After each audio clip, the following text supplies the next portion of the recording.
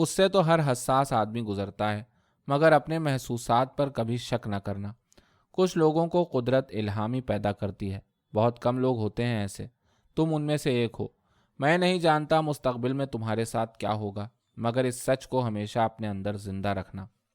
اب میں تم سے اس کی تعریف نہیں پوچھوں گی، مگر اتنا مجھے بھی معلوم ہے کہ ایک آگہی جلتی بجھتی سی میرے اندر ہے، جو مجھے مضطرب بھی رکھتی ہے اور سکون بھی دیتی ہے، مگر میں تو بے حد معمولی وجود ہوں۔ مجھے معلوم ہے سوائے شدت سے محسوس کرنے اور اذیت سہنے کے میرے اندر کچھ بھی نہیں۔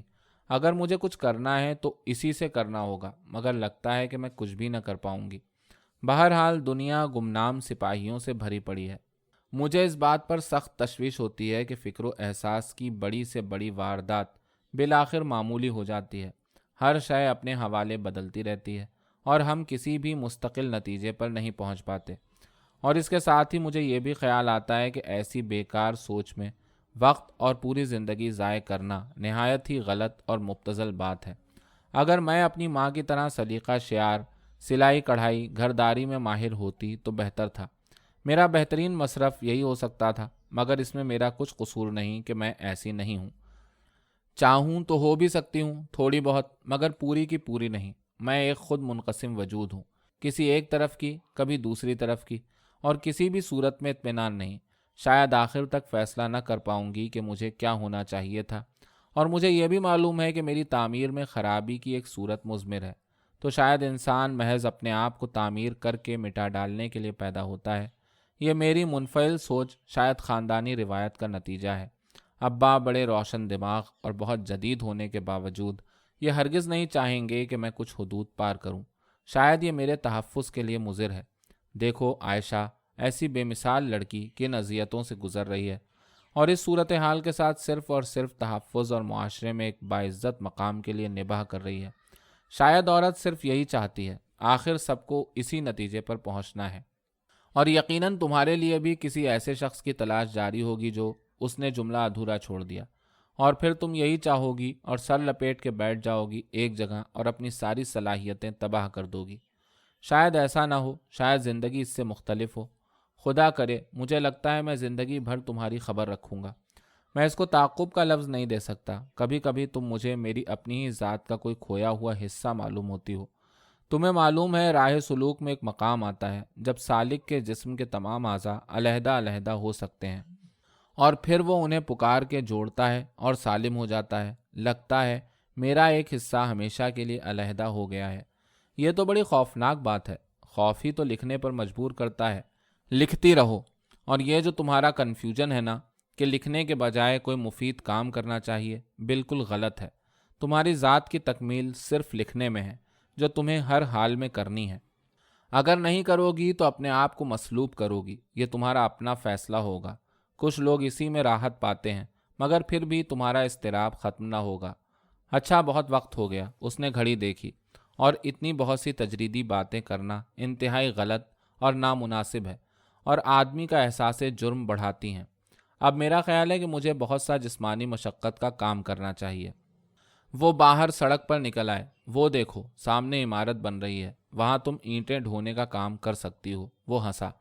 بڑے بھیا کم سخن آدمی تھے، مگر موڈ میں آتے تو انتہائی دلچسپ باتیں کرتے، اور زیادہ تر باتیں ان کی ماضی بعید کی یادداشتوں میں آتی تھیں۔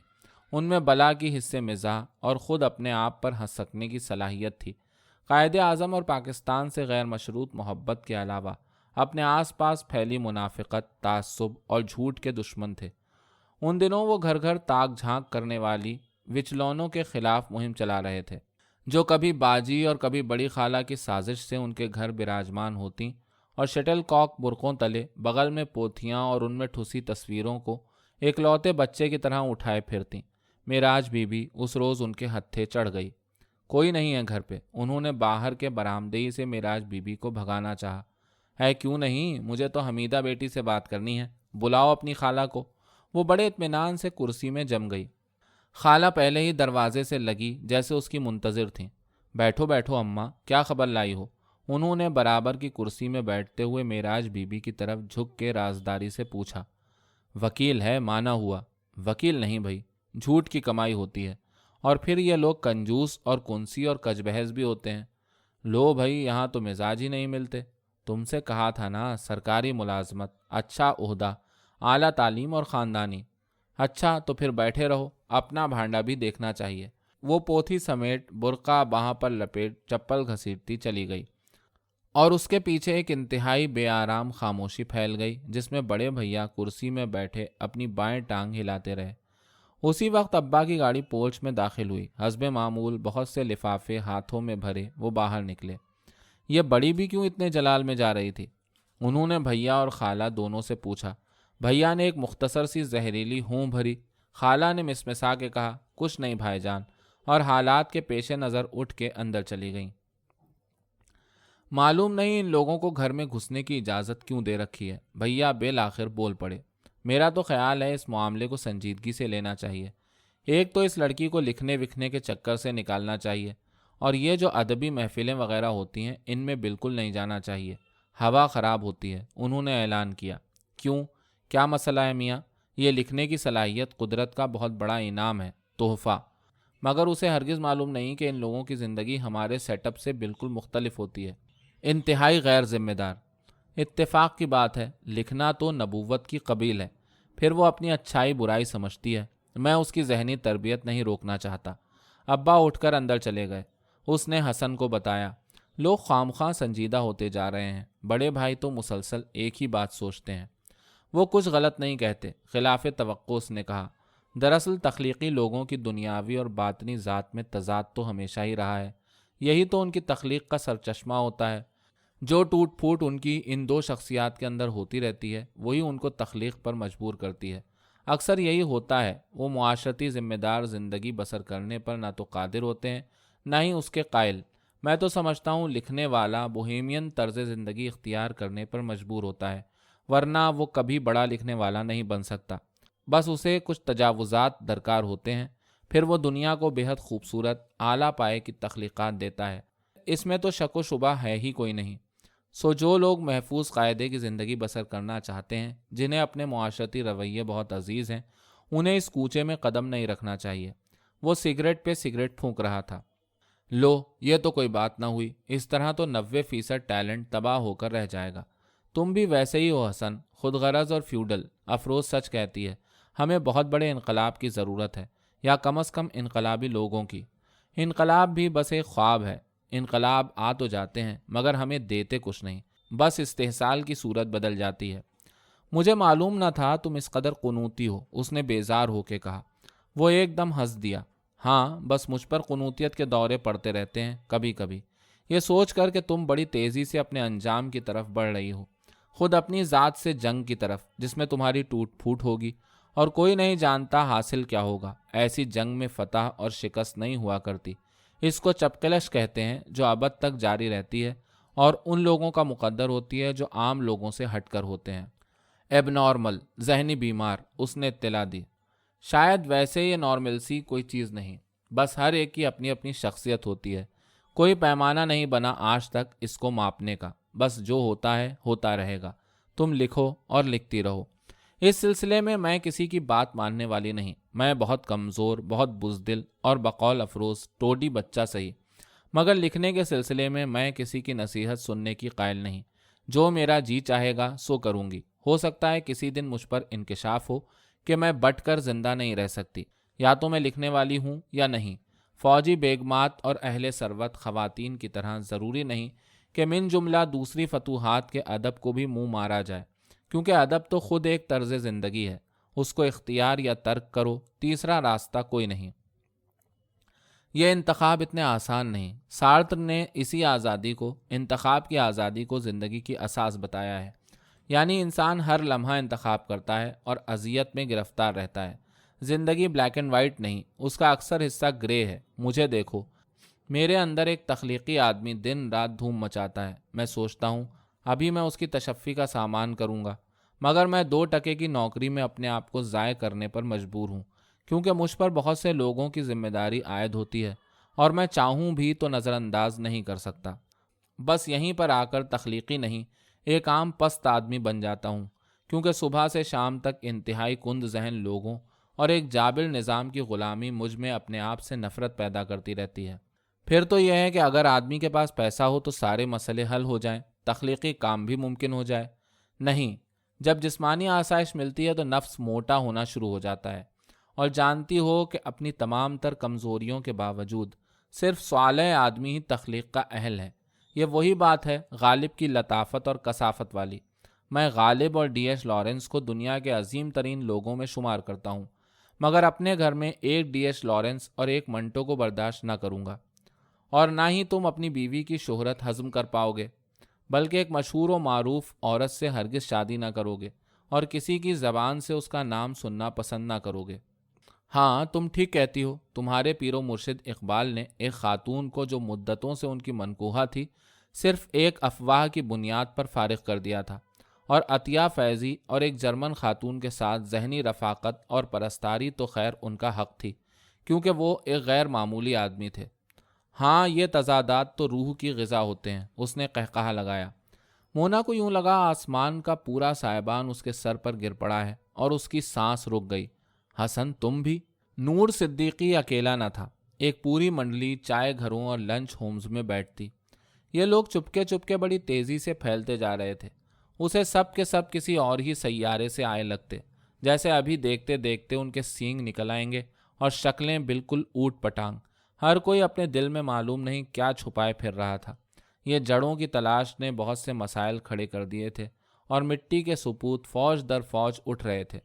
ہمارا مسئلہ کوئی ملازمتیں حاصل کرنا، سرمایہ دار بننا نہیں تھا، ہمارا مسئلہ تھا ایک کلچر، ایک تہذیب کی بقا، اور یہ ماننا پڑے گا کہ وہ تہذیب تقسیم نہیں ہو سکتی تھی، مگر کر دی گئی۔ بھائی، یہ سب کچھ آف دی ریکارڈ ہے، میری عادت ہے سچ بولنے کی۔ دیکھو، یہ سب جو بیٹھے ہیں ان کے دل میں بھی یہی کچھ ہے، مگر نہیں، مجھے زندہ رہنے کے لیے تھوڑا سا تعصب چاہیے، تھوڑی سی تنگ نظری، یعنی چائے اور ہمدردی۔ حسن ہنسا۔ بھائی، تم لوگوں کی یہ بڑی مصیبت ہے۔ دیکھو، کسی ایک شے کے اس بات کے لیے دوسری کی نفی کی ضرورت نہیں ہوتی، دونوں کو بیک وقت تسلیم کیا جا سکتا ہے۔ یہ تو دوغلا پن ہے۔ یہ دوغلا پن نہیں، یہ ذہنی آزادی ہے، روشن خیالی۔ اپنے خول سے باہر نکلو۔ ہاں، شاید مجھے اپنے خول سے نکلنا ہوگا۔ دیکھو، سب مجھ پر ہنس رہے ہیں، میری جہالت، میری تنگ نظری، میری کنویں جیسی دنیا۔ تو کیا میں مینڈکی بن گئی ہوں؟ ایک جھلجھلی اٹھی۔ نہیں نہیں، میں ایک متعصب پاکستانی ہوں۔ تھوڑا سا تعصب زندہ رہنے کے لیے ضروری صحیح، مگر اس کے جواز اور عقلی دلیل کے بغیر اپنی ہستی کو قائم رکھنا ناممکن ہے۔ میرا دل، میری رزم گاہ حیات، گمانوں کے لشکر یقین کا ثبات، یہی ہر دم ہر لمحے کی کشمکش تھی جو اسے دن رات تھکائے جا رہی تھی، اور اس سے نجات اسے خود ہی حاصل کرنا تھی۔ کوئی دوسرا اس میں ذرہ برابر بھی مدد نہیں کر سکتا تھا۔ دوسروں نے اس گورکھ دھندے کو اسی طرح قبول کر کے اپنی ذات کا حصہ بنا لیا تھا، اور ان جن لوگوں نے اس سے نجات حاصل کی تھی اور ایک طرف کے ہو کے رہ گئے تھے، ان کا بنا بنایا حل اسے خود قبول نہ تھا۔ اس نے حسن سے پوچھا، اگر ہمیں حقیقت ہی جاننا ہے تو ایک راستہ جو ہمارے سامنے کھلا ہے اس پر کیوں نہ چلا جائے؟ باقی سب کو جو اس سے متصادم ہیں رد کیوں نہ کر دیا جائے؟ مثلاً یہی مذہب کا راستہ۔ دیکھو، بڑے ابا کیسے مزے میں زندگی گزارتے تھے، اور مائی بھوری جو سرائکی نما عربی الفاظ کے ملغوبے کو نماز جان کر بڑے خشوع و خضوع کے ساتھ اللہ سے ہم کلام ہوتی تھی۔ تو پھر جب ایک راستہ سامنے ہو تو دوسروں کا کیا جواز رہ جاتا ہے؟ اسی کو بنیاد پرستی کہا جاتا ہے۔ وہ غرایا، وقت کے ساتھ ساتھ بہت کچھ بدلتا رہتا ہے، اور مذہب کے اصولوں کی تعبیر کرنا پڑتی ہے، یعنی اجتہاد، جو ہو نہیں رہا، اور اسی لیے سب اپنی اپنی کہہ رہے ہیں۔ وہ چیتھڑے لگا شخص جو اس دنیا میں افلاس کی ذلت نیکی سمجھ کے برداشت کر رہا ہے اور احتجاج نہیں کرتا، کیونکہ موت کے بعد ہر محرومی کی تلافی کر دی جائے گی، مسلسل خودکشی سے گزر رہا ہے، اور نہیں جانتا کہ یہ سب ایک جابر اور خود غرض معاشرے کی دین ہے، تقدیر نہیں۔ سو تم روح کو مادے سے علیحدہ ہرگز نہیں کر سکتی، اور مادہ تاریخ اور معاشرے کا ہمزاد ہے۔ بس اس جستجو سے اضطراب اور تذبذب کے راستے نکلتے ہیں، اور آدمی کو جستجو جاری رکھنی چاہیے، کیونکہ کل ہمیشہ ایک نیا دن ہے۔ اگر مردہ تصورات ہی میں زندہ رہنا ہے تو بہتر ہے کہ آدمی جیتے جی ایک گڑھا کھودے اور اس میں جا براجے، ہندو سنیاسیوں کی طرح۔ کبھی کبھی وہ بری طرح مشتعل ہو جاتا تھا۔ تو پھر اچھے برے، صحیح غلط کا فیصلہ کون کرے گا؟ بنیادی تصورات اور قاعدے کلیے ہمارے، آدمی کی بہتری ہی معیار ہے اور بہتری کی تعبیریں بہت ہیں، تو پھر لڑتے مرتے رہو آپس میں جو تمہاری تاریخ ہے۔ تمہارے لیے یوں بھی یہ سب بے معنی ہے، ورنہ تم تاریخ سے بہت کچھ سیکھ سکتی تھی، مگر تم ایک انتہائی روایتی انجام کے لیے اپنے آپ کو تیار کر رہی ہو۔ مت الجھو ان بکھیڑوں میں، تمہاری راہ کھوٹی کریں گے۔ بہتر ہے کہ سلطانہ کے دسترخوان کی تراکیب رٹو۔ وہ بہت غصے میں تھا۔ یہ سب سوچ ووچ اور کاغذ قلم کہیں طاق نسیاں میں رکھ دو۔ جب تم کسی بات کا جواب نہیں دے سکتے تو انتہائی غیر منطقی ہو جاتے ہو۔ مجھے یقین ہو گیا ہے کہ تم صرف اپنی قربانی دینے کا ہنر جانتی ہو اور کچھ بھی نہیں۔ جب تک تم اس نتیجے پر پہنچو گی کہ تم پر کسی قسم کا کوئی کفارہ واجب نہیں، کیونکہ تم کوئی جرم کرنے کی اہل ہی نہیں تھی، اس وقت تک بہت دیر ہو چکی ہوگی اور ایک بہت بڑی صلاحیت تمہارے اندر جل کے راکھ ہو چکی ہوگی۔ وہ اٹھ کر چل دیا اور اس کے بعد مدتوں ملا نہ ہی کوئی فون کیا۔ شاید میری باتیں اس کے اندر چھپے فکری انتشار کو ہوا دیتی ہیں، اس نے دل ہی دل میں سوچا، مگر یہ سب اس کے اختیار میں نہیں تھا۔ ایک جنگ تھی جو اس کے ذہنی پس منظر میں ہر دم چلتی رہتی۔ ہر صبح ایک امید کے ساتھ طلوع ہوتی، مگر شام ہوتے ہوئے ہر طرف اس کی ذات کے ٹکڑے پڑے ہوتے۔ وہ ایک کردار، وہ ایک تصور عورت کا جو ایک معاشرے اور مذہب اور عقیدے نے اس پر چسپاں کر رکھا ہے اور جو اسے اتنا خوبصورت تحفظ فراہم کرتا تھا، اس کی قدر و قیمت اور اس کے باہر کی دنیا میں قدم رکھنا کہاں تک ممکن ہے؟ وہ ایک دم سے ماضی کی نیم تاریک گپھاؤں میں پہنچ جاتی۔ گھنے پراسرار جنگل میں بنباس کاٹتے رام سیتا کو تحفظ کے ایک دائرے میں چھوڑ کر جاتے تھے کہ دیکھو اس لکیر سے باہر قدم نہ رکھنا ورنہ آفتوں میں گھر جاؤ گی۔ راون جوگی کا بھیس بھر کے بھکشا مانگنے آیا تو سیتا نے صرف ایک پاؤں ہی حصار سے باہر نکالا تھا آٹا ڈالنے کو کہ تحفظ کا طلسم ہوا ہو گیا اور وہ آفت مجسم انہیں اٹھا لے گیا۔ مگر راستے بھر سیتا اپنے زیور اور پلو کی دھجیاں پھینکتی چلی گئیں تاکہ ان کی تلاش میں نکلنے والے کو ان کی سمت کا اندازہ رہے۔ مگر وہ کس کے لیے یہ نشان چھوڑ سکتی ہے؟ کون کتنی دور یہ زحمت گوارا کرے گا؟ معلوم نہیں کیا ہونے والا ہے، کیا ہوگا۔ اسے بابا غلام محمد یاد آیا۔ کاش وہ آتا، اپنا گھنگرو دار عصا کھٹکاتا اور بتاتا کہ اس نے کل رات کیا خواب دیکھا اور اس کا اثر بد زائل کرنے کے لیے اسے کیا کرنا چاہیے۔ مگر افروز نے تو جاتے ہوئے نقش پا تک نہ چھوڑا۔